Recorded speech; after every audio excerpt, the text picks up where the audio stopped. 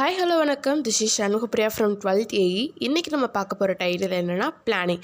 வாங்க பிளானிங்னா என்னென்னு பார்க்கலாம். பிளானிங் அப்படிங்கிறது ஒரு டெக்னிக் அப்படின்னு சொல்கிறாங்க.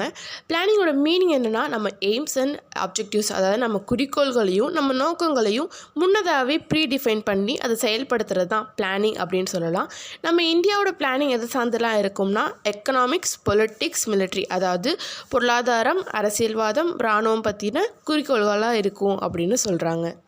இந்த பிளானிங்க்கு டெஃபினிஷன் 2 பேர் கொடுத்துருக்காங்க. ஃபர்ஸ்ட் ராபின்ஸுங்கிறவங்க கொடுத்துருக்காரு, இன்னொருத்தர் டால்டன் கொடுத்துருக்காரு. அடுத்து நம்ம பார்க்க போகிறது எக்கனாமிக் பிளானிங் இன் இந்தியா, அதாவது நம்ம இந்தியாவில் திட்டமிடல் எப்படி இருக்குது அப்படிங்கிறத வாங்க பார்க்கலாம். நம்ம நாட்டில் ஒரு குறிப்பிட்ட காலத்துக்குள்ளே நம்மளுடைய எய்ம்ஸ் அண்ட் ஆப்ஜெக்டிவ்ஸ், அதாவது நம்மளுடைய குறிக்கோள்களையும் நோக்கங்களையும் நம்மளுடைய எக்கனாமிக் டெசிஷன்ஸையும் அடிப்படையாக கொண்டு தான் நம்ம நாட்டில் பிளானிங் உருவாக்கப்படுதுன்னு சொல்லலாம். ஆனால் இப்போ இருக்க பிளானிங் எல்லாமே கொஞ்சம் நியூவாகவே இருக்குது. நம்ம நாட்டோட பிளானிங் எதை சார்ந்து இருக்குன்னா மார்க்சிஸ்ட் சோஷியலிசத்தை சார்ந்து இருக்குன்னு சொல்லலாம். 20th செஞ்சுரியில் அங்கே இருக்கக்கூடிய அறிஞர்களும் கோட்பாளர்களும் சிந்தனையாளர்களும் அங்கே இருக்கக்கூடிய கேபிட்டலிசம், அதாவது முதலாளித்துவத்தையும் இன்இக்வாலிட்டி ஆஃப் சொசைட்டி, ஏற்றத்தாழ்வான சமுதாயத்தையும் குறைக்கிறதுக்காக நீங்கள் பிளானிங் எடுத்தே ஆகணும் அப்படின்னு அவங்க கவர்மெண்ட் கிட்ட சஜஸ்ட் பண்ணாங்க. சோவியத் யூனியன் தான் முதல்ல 1928 பிளானிங்கை எஸ்டாப்ளிஷ் பண்ணுறாங்க. இந்த எக்கனாமிக் பிளானிங் தான் சோவியத் யூனியன் இவ்வளோ பெரிய டெவலப்டு கண்ட்ரியாக ரொம்பவே உதவி செஞ்சிச்சுன்னு சொல்லலாம். 1930s நடந்த கிரேட் டிப்ரெஷனும் வேர்ல்ட் வார் II நம்ம இந்தியாவை ரொம்பவே அஃபெக்ட் பண்ணிருச்சு. நம்ம நாட்டோட நிலைமையை மாற்ற நம்ம கண்டிப்பாக எக்கனாமிக் பிளானிங் எடுத்தே ஆகணும் அப்படின்னு எல்லாருமே தங்களோட தரப்பு வாதத்தை சொல்ல ஆரம்பிச்சிட்டாங்க. ஆஃப்டர் இண்டிபெண்டன்ஸ், அதாவது 1948க்கு அப்புறம் நம்ம நாட்டில் இண்டஸ்ட்ரியல் பாலிசி, அதாவது தொழில் கொள்கையை எஸ்டாப்ளிஷ் பண்ணியிருக்காங்க. இது எதெல்லாம் இன்க்ளூட் பண்ணியிருக்குன்னா நேஷ்னல் பிளானிங் கமிஷன், அதாவது தேசிய திட்டமிடலையும் மிக்ஸ்டு எக்கனாமிக் சிஸ்டத்தையும் இன்க்ளூட் பண்ணி இருக்குன்னு சொல்லலாம். அவர் ரிப்பப்ளிக், அதாவது ஜான்வரி 26, 1950 தான் நம்ம இந்தியாவோட கான்ஸ்டியூஷன், அதாவது அரசியலமைப்பு நாடாளுமன்றத்தில் ஏற்கப்பட்டிருக்கு. மார்ச் 15, 1950 தான் பிளானிங் கமிஷனை ஃபர்ஸ்ட் க்ரியேட் பண்ணுறாங்க. அதை எப்போ லான்ச் பண்ணுறாங்கன்னா April 1, 1951 ஃபர்ஸ்ட் 5-year பிளானை லான்ச் பண்ணி அந்த இயரோட டைம் பீரியட் எவ்வளோனா 1951 to 1956. சரி, இந்தியாவில் எக்கனாமிக் பிளானிங் எப்படிலாம் இருந்துச்சுங்கிறத பார்த்தாச்சு. அடுத்து நம்ம பார்க்க போகிறது எவால்யூஷன் ஆஃப் பிளானிங், அதாவது திட்டமிடலின் பரிணாம வளர்ச்சி என்னன்னு பார்க்கலாம். அதுக்கு முன்னாடி பிளானிங்கை பற்றி ஒரு 6 பேர் தங்களோட சஜஷன்ஸை முன் வச்சுருக்காங்க. அடுத்து நம்ம எல்லாத்துக்குமே தெரிஞ்ச ஜவஹர்லால் நேருவை பற்றி பார்க்கலாம். இவர் 1938 நேஷ்னல் பிளானிங் கமிஷன், அதாவது தேசிய திட்டக்குழு அப்படிங்கிற ஒரு குழு அமைக்கிறாரு. சில அரசியலில் கொஞ்சம் சேஞ்சஸ் இருந்தனாலையும் வேர்ல்டு வார் II நடந்தனாலையும் இந்த கமிஷன் அப்படியே ஸ்டாப் ஆயிடுது. அடுத்து நம்ம பார்க்க போகிறது பாம்பே பிளான். பாம்பே பிளானுங்கிறது 1940 பாம்பேயில் இருக்க 8 லீடிங் கம்பெனிஸ், அதாவது 8 முன்னணி தொழிலதிபர்களால் வழங்கப்படுது. இது 15 வருட திட்டமிடல், அதாவது 15 years பிளானாக இருக்குது. அடுத்து நம்ம யாரை பற்றி பார்க்க போகிறோன்னா SN அகர்வால். இவர் 1944 காந்தியன் பிளான் அப்படிங்கிற ஒரு பிளானை வெளியிடுறாரு.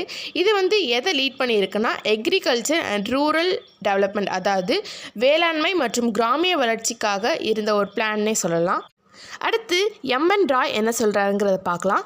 இவர் 1945 பீப்புள்ஸ் பிளான் அப்படிங்கிற ஒரு பிளானை வெளியிடுறாரு. இந்த பிளான் எதை எய்ம் பண்ணியிருக்குன்னா மெக்கானிசேஷன், அதாவது இந்த நாட்டையே இயந்திரமயமாக்குதல். அந்த இயந்திரம் எப்படி கொடுக்கப்படணும்னா அரசால் தான் வழங்கப்படணும் அப்படிங்கிற கருத்தையும் இவர் முன்வைக்கிறாரு. அடுத்து நம்ம யாரை பற்றி பார்க்க போகிறோன்னா ஜெயபிரகாஷ் நாராயணன். இவர் 1950 காந்தியன் பிளான்லேருந்து இன்ஸ்பயர் ஆகி வினோபா பாவே அப்படிங்கிற ஒருத்தரால் ஐடியா கொடுக்கப்பட்டு சர்வோதயா பிளான் அப்படிங்கிற ஒரு பிளானை வெளியிடுறாரு. இது வெறும் அக்ரிகல்ச்சருக்கு மட்டும் இம்பார்ட்டன்ட் தரல, ஆனால் இருந்தாலும் ஸ்மால் அண்ட் காட்டேஜ் இண்டஸ்ட்ரி, அதாவது குடிசை தொழில்களை ஊக்கமளிக்கும் என்கரேஜ் பண்ணும் விதமாகவும் இந்த பிளான் இருந்திருக்கு. கடைசியாக எல்லா பிளானையும் கன்சிடர் பண்ணி பிளானிங் கமிஷன், அதாவது 5 இயர் பிளானை வந்து ஃபர்ஸ்ட் ஜவஹர்லால் நேரு தான் நம்ம இந்தியா கொண்டு வராரு. இவர் தான் நம்ம இந்தியாவோட பிளானிங் கமிஷனுடைய ஃபர்ஸ்ட் சேர்மன் அப்படின்னு சொல்லலாம். சரி, இந்த திட்டமிடுதலை பற்றி நிறையவே சொன்னீங்களே, இந்த பிளானிங்காக சப்போர்ட்டிவ் கமெண்ட்ஸ், அதாவது ஆதரவான கருத்துக்கள் இருந்திருக்கா? நிறையவே இருந்திருக்கு. அதே போல் இந்த திட்டமிடுதலுக்காக எதிரான வாதங்களும் நிறையவே இருந்திருக்கு. சரி, பிளானிங்கை பற்றி இவ்வளோ சொன்னீங்களே, இந்த பிளானிங்க்கு டைப்ஸ் இருக்கா? மொத்தம் 8 டைப்ஸ் இருக்குது. First one democratic and totalism, அதாவது மக்களாட்சி மற்றும் சர்வாதிகாரம். Second one planning by direction and inducement, அதாவது வழிகாட்டுதல் படி திட்டமிடல் மற்றும் தூண்டும் திட்டமிடல். Third one short, medium and long term planning, அதாவது குறுகிய, நடுத்தர, நீண்ட கால திட்டமிடல். Fourth one functional and structural, அதாவது செயல்பாடு மற்றும் கட்டமைப்பு திட்டமிடல். Fifth one centralised and decentralised, அதாவது மையப்படுத்தப்பட்ட மற்றும் பரவலாக்கப்பட்ட திட்டமிடல். Sixth one inductive and imperative, அதாவது சுட்டிக்காட்டும் திட்டமிடல் மற்றும் கட்டாய திட்டமிடல். Seventh one financial and physical planning, அதாவது நிதி திட்டமிடல் மற்றும் நாணய திட்டமிடல். At last eighth one comprehensive and partial, அதாவது முழுமையான திட்டமிடல் மற்றும் பகுதி திட்டமிடல்.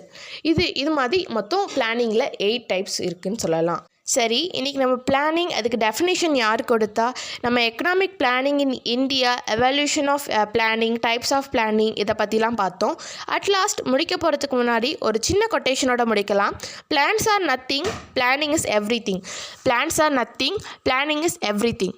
பிலீவ் வி கேன், நம்புங்கள் நம்பால் முடியும். இதே மாதிரி இன்னொரு டாப்பிக்கில் உங்களை வந்து சந்திக்கும் வரை, until then this is Tata bye bye from Shanmugapriya from 12th